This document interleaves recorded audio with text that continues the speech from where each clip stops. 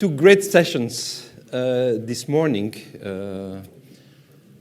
What we are doing in this session is to bring the young generations. You know, what was said this morning, quite rightly so, is that well, the vote in the UK, we have seen the vote in the Netherlands, and you know, young people have usually taken positions that were very, what we call here in Brussels, pro-European, and maybe not enough of them, especially in the UK, went out to vote. It was hard to mobilize them.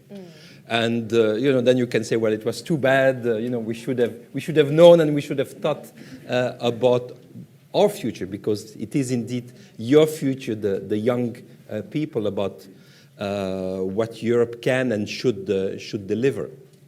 Now, you know, for people like me, I'm born in 1950. So I'm born at the start of this project, immediately after the war. And for us, Europe was and still is today a project of overcoming our nationalism in Europe that, you know, destroyed us first with the First World War, destroyed us again with the Second World War, and then there was a vision, both from inside Europe and from outside Europe, to, you know, overcome our weaknesses. And my sense is that, you know, Europe has delivered on that. There was reunification. So I think this peace project and living together has been very, very happy. But I suppose for young people, and you are in your 20s, for young people, maybe that doesn't speak so much. So I think it would be very interesting to hear for you, what does Europe mean today, before we come to, you know, what is the future of Europe. But when you think of Europe today, what does it mean for you and for people of your generation? So maybe you can tell us a little bit who you are and where you're coming from, and then answer that question. Thank you very much, and first of all, thank you very much to Bruegel for having me here. This is not an easy task to supply the view of the whole young generation, but I will do my very best. To tell you where I come from, and also to paint a picture of my perception of Europe, I'll start with my first ever political memory. It's back in 1994, it's October, a small town called Vaasa in the mid of Finland, so like kind of halfway up and then to the west. And we're having a referendum about Finland's membership in the European Union. And I'm 5 years old, and I have a very strong opinion in this referendum. I'm really passionate about it. I even go together with my grandmother into the voting booth to make sure that we make the right decision. Me and my grandmother, we are opposing a Finnish membership in the European Union.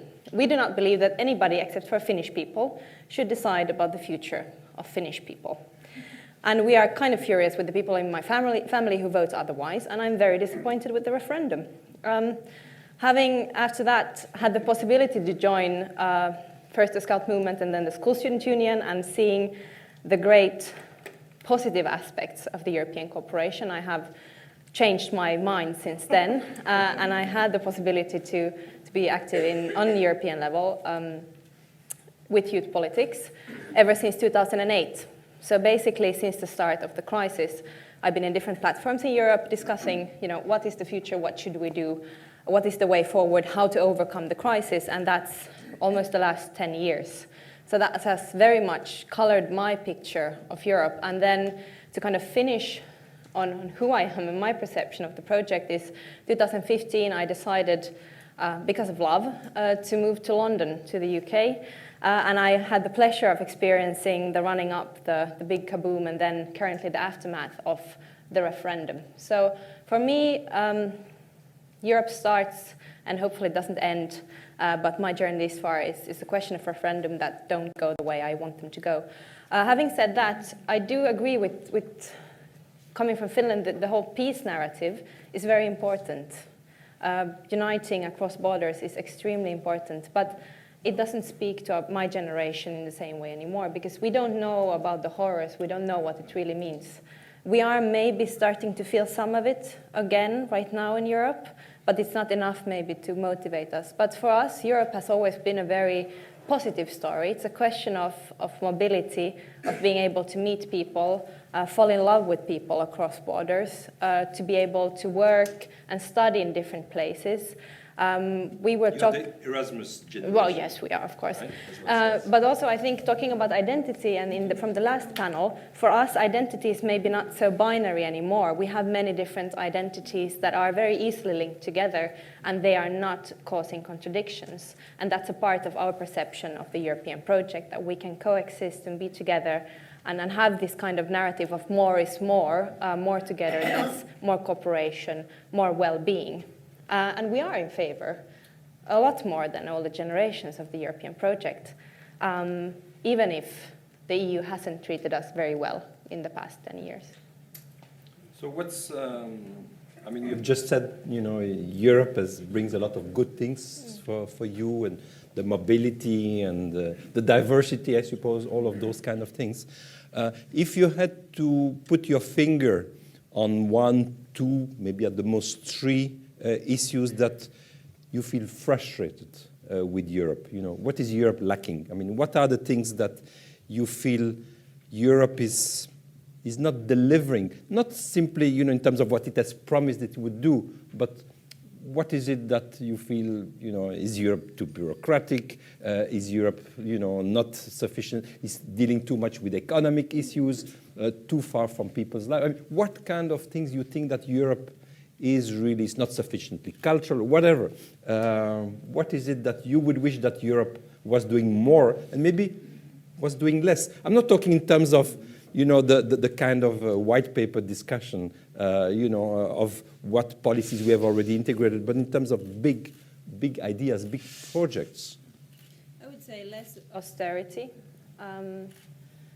I'm not going into a big economic discussion, ideological discussion here, but I do believe that both the decisions on implementing the austerity measures as it was done, and more importantly, the way it was done in Southern Europe, but also felt all across the Union, was wrong, and they are not fair, and they are striking my generation more than any other generation. Since 2007, we are the group in society with the highest risk of falling into poverty. Also, currently, we have around 19% of young people being unemployed. We have had huge cuts in education, and for a lot of young people, there is not a feeling of security. There is a pretty gloomy situation. Right. And I think that is the biggest fault. I won't list 3, but because that's a huge one. Right. And that's really, I think, for the Union to go back to its values and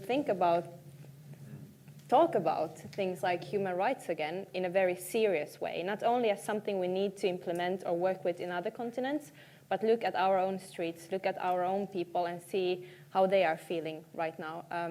That's for me personally a huge disappointment, and especially after the Brexit vote, that there hasn't been done more from the member states, but also from the Union in itself. So to put that in one word, is issues of solidarity? Is solidarity? What is it? Social cohesion? I mean, what is the one word to summarize this thing that you are? Empathy.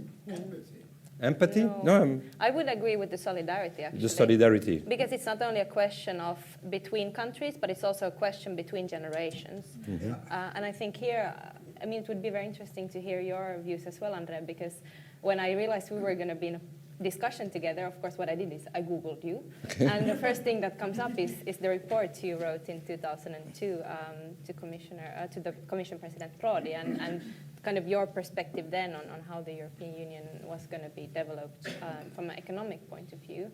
And it would be very interesting to hear, well, how it felt back then, but more if you would do it in a different way today, and how you then reflected on the sustainability of the project. Right. Okay, it's not so much about me; it's more about you and your vision about Europe. But I mean, if I were just to give a short answer or comment to what you said, I would say that what we tried to do in 2003 with the report, I think would have been helpful in meeting some of the problems that we are facing today. And one can say that perhaps we were trying to give, or to help give, a new narrative to Europe. I mean, one has to be fair. The world, not just Europe, is going through a huge change. So some of the issues that you are raising and the fear of young people. I mean, I have students at the university, and I do hear exactly what you say. They're extremely concerned. What will happen to us? Are we going to be able to have a job? For how long will that job be? And at the same time, I think we are in a world of much greater uncertainty. Globalization is there. It's a reality. There is technological change. There's climate change. There's demography. We have heard that. And I think we need also to reinvent ourselves as Europeans. We need to reinvent ourselves in these new circumstances. I'm talking of new economic and social circumstances. I'm not even talking, obviously, of the newest reality about that we heard this morning, Trump, Erdogan, or Putin. But that, I think, new reality, we are not in a linear economic and social world as we had been when I was a young person, and then when I was your age, when you are 27, 28, when I was 27, I just got my PhD. I just finished my study, but at the beginning, I went to university at 18. I studied, then I did a PhD, then I got a job. Nobody was in the frame of mind that you are now uncertainty. It was just obvious. You finished your study. Whatever the level of your study, there was a job for you. And that was that simple. And then the world, and by the way, we were raised by people, like my parents, and I'm not even talking the fact that my parents come from Eastern Europe and all my grandparents were killed and all of those kind of things. But our parents, they lived through a very hard time. Because of the war, because of the 30s, they remember that. And we were raised, not even explicitly, but we were raised by people who had gone through a hard time and who were implicitly telling us that life can be hard. And we were prepared in a sense. I remember my mother often telling me, crisis, economic. I was always the economic crisis is something of the past. We have found no ways of dealing with that. But we were prepared for potentially hard times. And then we had such an easy time. And then comes the current generation, exactly the other way around, right? Have been raised for very easy times, but then the times have become much harder. And Europe has to play a role in responding to that. I think that we tried to do something of that nature with our report when we were sort of emphasizing innovation, future-oriented, not the past, when we were talking about the EU budget, being a relic of the past. We were trying exactly to say there was the past, and we need to prepare for the future. Unfortunately, it's hard, and I think one of the issues that there's been a lack of strategic thinking on the part of politicians. They've been dealing with the short term, and I think that has been very destructive in the sense of the crisis recently, is that it even put the short term even shorter and less. And meanwhile, the world is not stopping. So I think that's why it's so important for the young generation. There's so much talent in you. I mean, you have talent, but there are lots of young talent, and we have the diversity, which is great. We are 28, soon to be 27, but there's a huge amount of diversity. You are now based in London. You come from Finland. I mean, you move around. That's really great. So I think you are representing not just the hope, but I think you really are your generation. So I think you have to harness that and just push the older generation in delivering. Yeah, and I think it's not only a question of us harnessing that position, but really for the states and the European Union to harness that untapped potential, because we have more education than any generation before. but also the youth unemployment rate is bigger than ever. I mean, imagining us in jobs, paying taxes, contributing to society. It's a very easy calculation to be made. But there, it's not only a question about having the jobs, it's a question of having the quality jobs. I mean, currently in the UK, we have 910,000 people on zero-hour contracts. In Europe, 50% of young people do internships. A huge part of them are unpaid.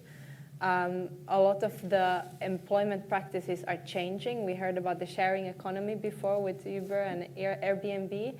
And that is not necessarily always a good thing, because it's a question of the security, having the, your pensions paid, having the social security in place. And I think there is really the European Union has a huge responsibility to step in and at least make sure that there are some kind of minimum requirements, because right now we see the quality of jobs going just, it's a slippery slope, and we are going pretty fast down that slope. And it's a question in the end, not of figures, percentages, it's a question of human beings trying to make a living. Right now in the UK, 1 out of 3 children are living in poverty. I mean, is that really the union we are talking about? Is that really the Europe we want to have? And I think that is the picture we need to look at when we are talking about the policies, when we are planning for the future of the Union, to see the people in there, because that was how it started. Indeed, today we heard that the union was not founded as an economic union. It's a political one. And maybe we need to get back to that, to really see the humans behind the reality today in Europe. Very good.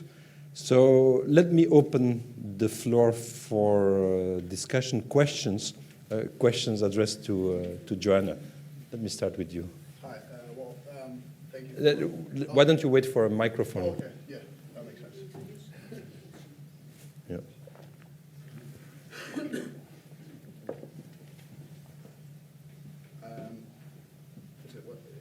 Yeah, go ahead. Just say who you are first.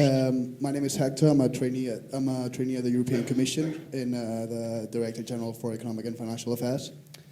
I was also living in the UK when Brexit happened, and I was also especially my job back then in the UK, it was very sensitive to obviously to political and market movements.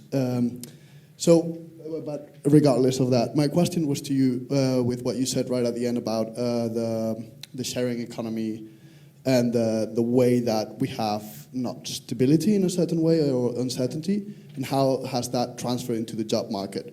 Do you believe, as I'm beginning to believe as well, I'm a young person as you are, that the way that we approach employment has changed, in the sense that the idea that our parents could find a job and stay in the same company or institution for 20 years or 30 years or 40 years, or people for their whole careers in the same institution, and they just grow up the ladder, build that stability with their benefits and so on, has changed. And for us, it's just going to be more of like constant change, constant different contracts, moving from country to country, and whether we will never find that stability at some point.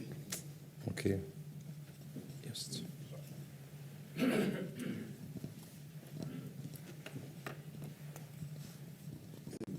Thank you very much, and thank you also very much for your youth comments.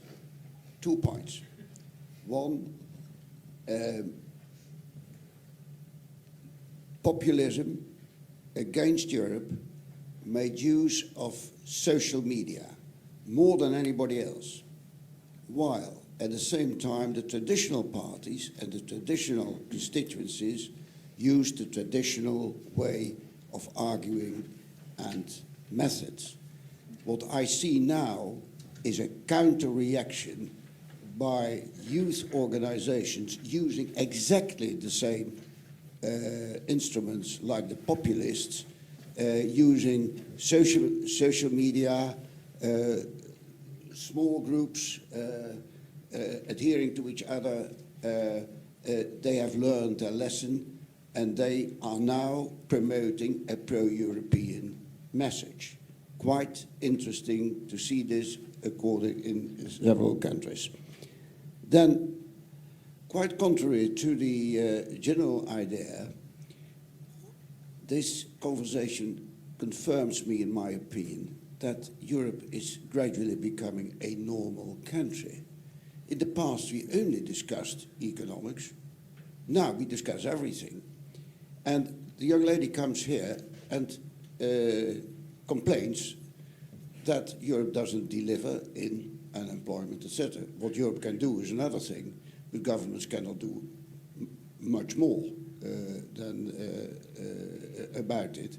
But we are expecting from Europe things that we are normally expecting from national constituencies. How do you look at it?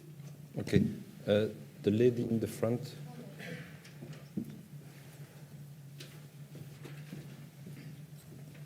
Good afternoon, Vani Ivanova. I'm from the Joint Research Center, the European Commission, but I have been living in different countries as I'm Bulgarian and 22 years in Brussels. I understand very much what is the pressure on everyone, not only on you as a young generation, and I want to ask you one question. What kind of skills in education do you want for the future? Because what kind of jobs do you need? What are your needs? Because by identifying the needs, then we can do the best for you.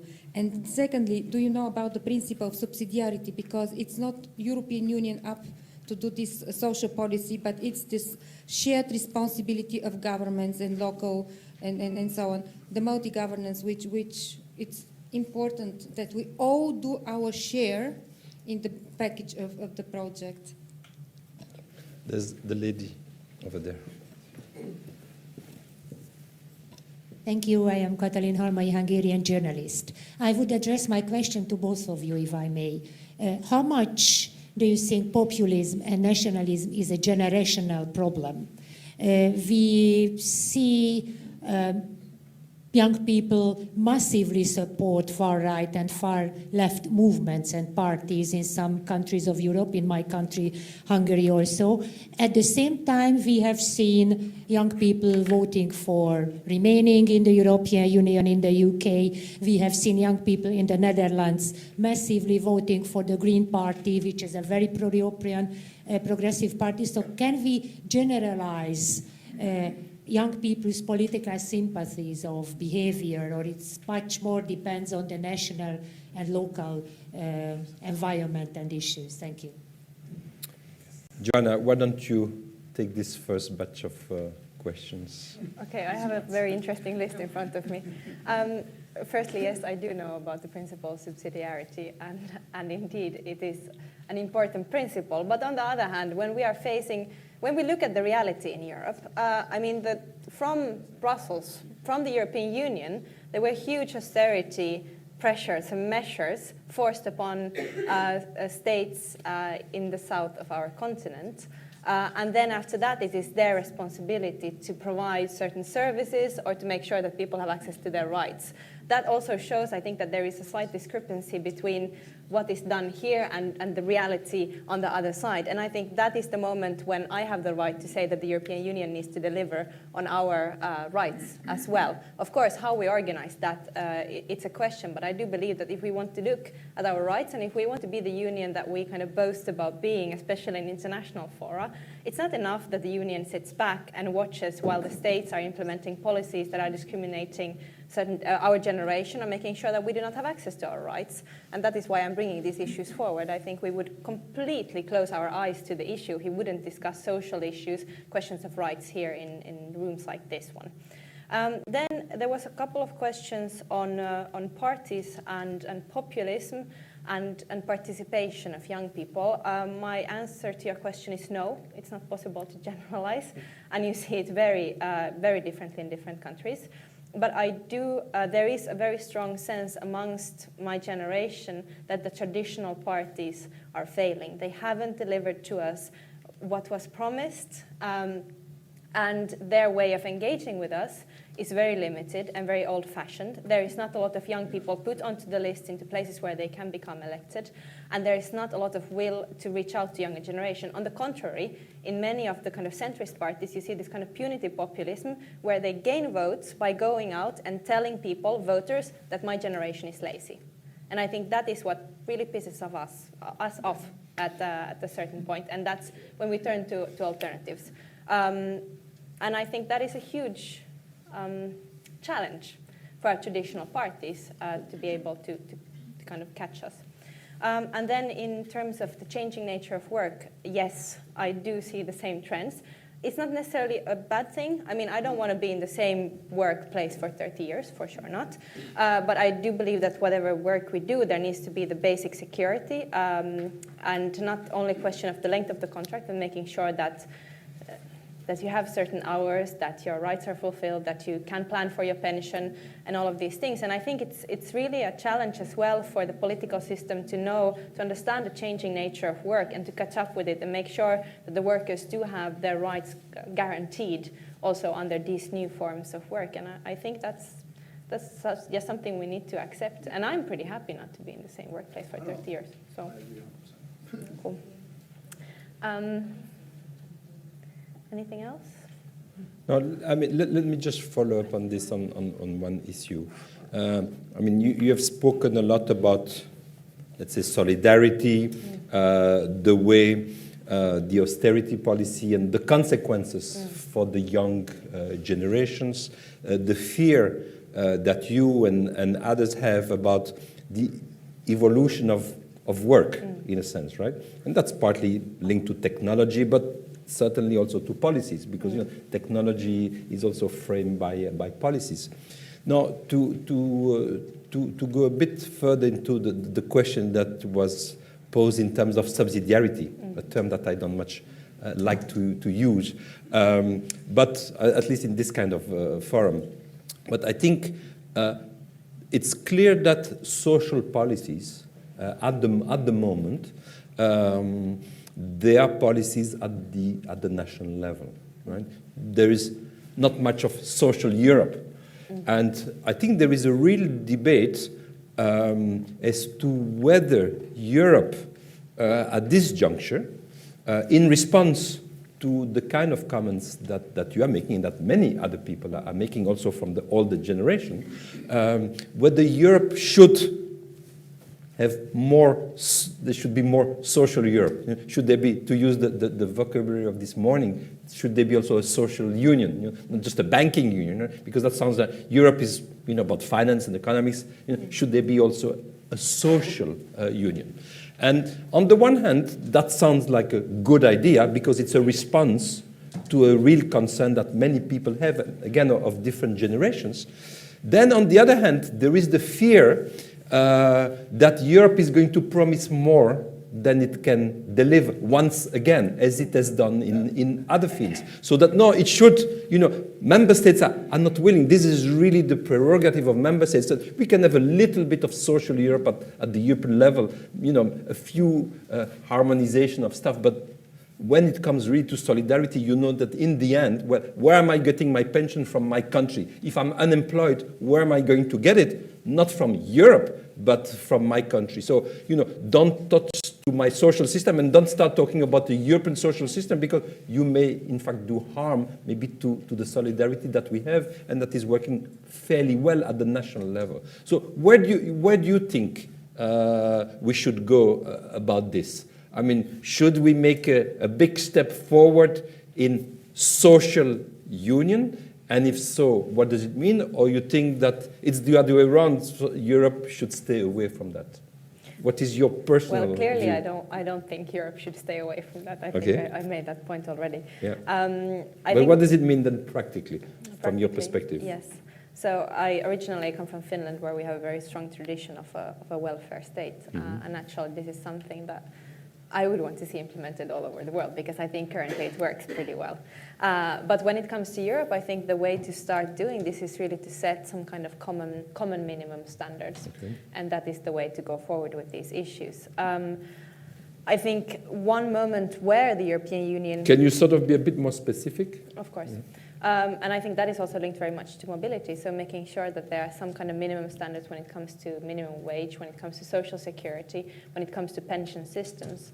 There is quite an exercise to be made in order to harmonize across. But I do believe that that is where we need to go, because looking at our generation, we will, I mean, in the moment, I will be a pensioner, which will probably be it will be far, far, far away. Also because of the pension age, I will be getting my pension from many different countries and many different systems. And we need to harmonize that in order to make sure that it's actually corresponding to the reality. But also I do believe that on the European level there should be pooled efforts of redistribution in order to address the issues we're having. One example of that was is the European Youth Guarantee, where there was budgeted money from the European level going into specific regions of member states where youth unemployment was particularly high. This initiative can be discussed, but that was kind of a first step to really address a pressing issue from a centralized level. And I think that is one of the kind of good moments where the European Union actually stepped up to its challenge. And then, of course, the implementation of it has been, I dare to say, not the best possible one, and a big disappointment in many ways. But that was a first step to try to do something that I think could be done as well in other areas. Good. I think we can take just one or two more. Please. Briefly.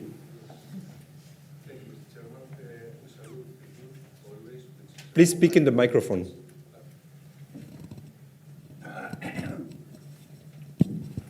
Which is accompanying our movement. And I have some questions which... One question, yes, not questions. Yes, they will be put in one, in democratic way. Because we have the robots era, the era is changing. We have the robots, and the youth and the elders also are going to face a problem with the works. Already your father maybe or your mother, they face a problem because the society is changing. And the education we are using, what do you think? Because with the professor over there, we are cooperating in a new educational form as the older generation uses you in order to be hidden and to get from you the best when you are not so experienced in a lot of things. What about the solidarity of the homeless people? No, I said one question. Just, yes, I want yes. to have one last question for the lady there, and then our time is over. Thank you. I would be grateful to leap in with a question afterwards as well as Mr. Microphone. Yes. Just very briefly, do you think there are risks and dangers in not promoting, but maybe condoning intergenerational competition? The other sort of end of the generational issues in Europe is the demographics that we've been hearing about, and particularly the very poor rights and living standards of the elderly as our welfare systems disintegrate. So I just wanted to ask you about that. Thanks. Bryn? Hello, so I work at Bruegel, but I also do a lot of youth rights campaigning in my secret night job, so I care a lot about this stuff. Mine actually builds on that question a bit, and it's quite general, but do you think that the nature of adulthood has changed? Are people essentially looking for different things as they transition to whatever adulthood is? Or do we actually share a kind of idea of adulthood in the story through life? Based on that answer, does that mean that the political system needs to change in terms of supporting people through their life trajectory? Or is it actually just about defending what we had before? So it kind of actually links up with that. Okay, Joanna? Thank you very much. Coming back to the education and also the question previously about the needs we have, indeed, I think the system needs to develop quite some bits, and it's not so much about the subjects in there, like how do you teach maths, but it's more about adding elements of critical thinking, adding elements of civic education, which is, I think, also with rising populism, more important than any other measure to make sure that people have the information needed, to have the tools inside their heads to deal with the changing world, and I think that is a big challenge for all of us. Also, briefly coming back to the question about the youth movements previously, I don't think it's so much youth movements copying that of the methods of the populist movements. It's just us being as we are. To the reverse, maybe to some extent, but it's just a new way of communicating, and it's more kind of being there, that the needs and the possibilities are there, and both the populists and the youth movements happen to be clever at these issues. I don't think there is so much of a linking, but indeed the youth movements across Europe are largely positive to the project, and we are trying to reach out to as many people as possible to relink them into the system and to make sure that their voice is heard also within the institutions, which can be fairly tricky, I dare say. Then in the question of generations against each other, I think it's a very interesting question, and I don't really know if I dare answer the question. We've been uniting, when I've been active in the European Youth Forum, we've been uniting with the movements for older people's or aging people's rights, because it's a very similar question. It's discrimination you're experiencing on the basis of age. And I think uniting efforts there is very, very, very important. And I also seen there's all across Europe, there are a lot of projects where you try to unite kind of old people who are lonely with young people who need support from all the, I mean, I think it's this intergenerational dialogue is extremely important. Do you see it in a European framework? Not currently. Okay. And I know that my generation and me personally, we have quite a lot of resentment against the older generations because of the way natural resources but also economic resources were spent and maybe misused in many ways. And that is a gap that we need to bridge, and there needs to be some kind of dialogue on that, because we cannot start having this moment like in Brexit where young people vote to stay and old people vote to leave, and then young people are super angry and we need to deal with the consequences. But it's a very difficult issue to overcome in the policy frameworks. It's more easy, I think, on the personal level. But sorry, that was a super incomplete answer, but it's a very difficult one. Then in terms of the last one, the changing nature of adulthood, yes, I think it changes, and I think this whole concept of youth is also pretty new. Before you were a child, and then you were a grown-up. And that is why I've been a part of a large movement promoting the recognition of youth rights, because it's a different, it can be a phase in your life which can last up to 20 years, where you're neither a child, neither an adult as it was perceived before. And then the evolution very much is that the whole perception of adulthood, the nature of adulthood is changing. And we're becoming maybe also more diverse within our age groups, which needs to be recognized. And in order to make this transition easier, I think one very interesting idea that is being trialed right now in my home country, country of origin, is having a universal basic income, which makes these transitions a lot easier and make sure that you have a basic protection throughout, no matter the situation you are in. And I think that is, it's an experiment in your country, right? It is an experiment. It will be very interesting. Everybody, I think, will be watching that experiment. And yeah, absolutely. And again, we get from the north, we get sort of experiment, useful social. It's a social experiment, and let's see what it delivers. I mean, it may indeed hold the future if it works well. Yeah. So on this note, I mean, at each generation there is a new generation, essentially, and sort of the issues of each generation is to bring new ideas, and I think it's very good that you brought your perspective to this. I think, as I said, we need much more of this, and positive, negative. I mean, one needs to hear. It's clear that the European debate tends to be dominated by grayer hair persons, and that's certainly not healthy. So we need the blonder kind of hair. Thanks a lot. Thanks a lot. Thank you.